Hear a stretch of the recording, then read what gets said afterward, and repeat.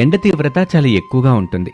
సూర్యపల్లి గ్రామ ప్రజలు ఇంట్లో నుంచి బయటకు రావటానికే చాలా భయపడుతూ ఉంటారు. అదే ఊర్లో శారద కుటుంబం ఉంది. ఆ కుటుంబం చాలా పెద్దది.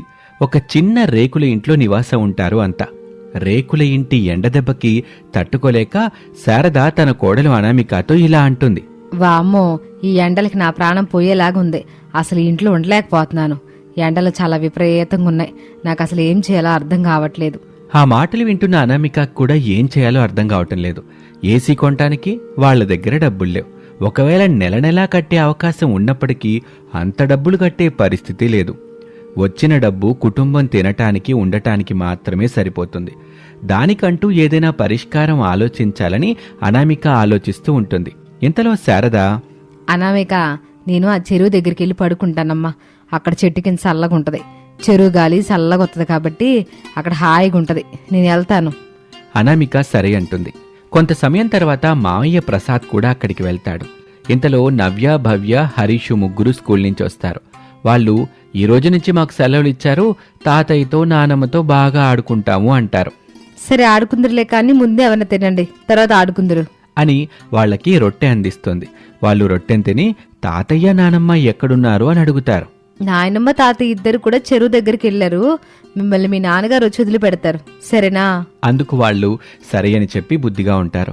కొంత సమయం తర్వాత రమేష్ ఇంటికి వస్తాడు. అప్పుడు వెంటనే పిల్లలు, నాన్న, తాతయ్య నాన్నమ్మ దగ్గరికి మమ్మల్ని తీసుకెళ్ళు, తొందరగా తీసుకెళ్ళు. వాళ్ళెక్కడికి వెళ్లారు అని అతను ప్రశ్నించగా అనామిక జరిగిన విషయం చెప్తుంది. వెంటనే తీసుకుని అతను అక్కడికి వెళ్తాడు పిల్లల్ని. అక్కడికి వెళ్లే సమయానికి వాళ్ళిద్దరూ చెట్టు కింద ప్రశాంతంగా నిద్రపోతూ ఉంటారు.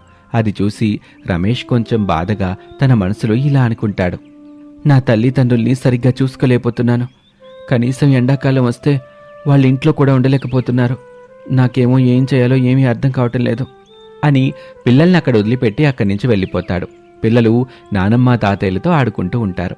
ఇక రమేష్ సరాసరి జమ్ము తోటకు వెళ్తాడు.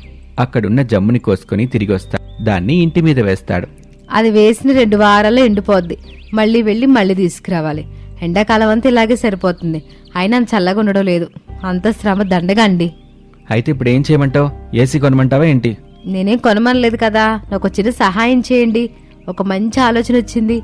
అందుకు రమేష్ సరే ఏంటో చెప్పు అని అడుగుతాడు. అనామిక పచ్చగడ్డి, ఎండుగడ్డి రెండూ తీసుకురండి అని చెప్పటంతో రమేష్ సరే అంటాడు. ఇక రమేష్ ఎండుగడ్డి, పచ్చగడ్డిని తీసుకుని ఇంటికొస్తాడు. అది అనామికకి ఇస్తాడు.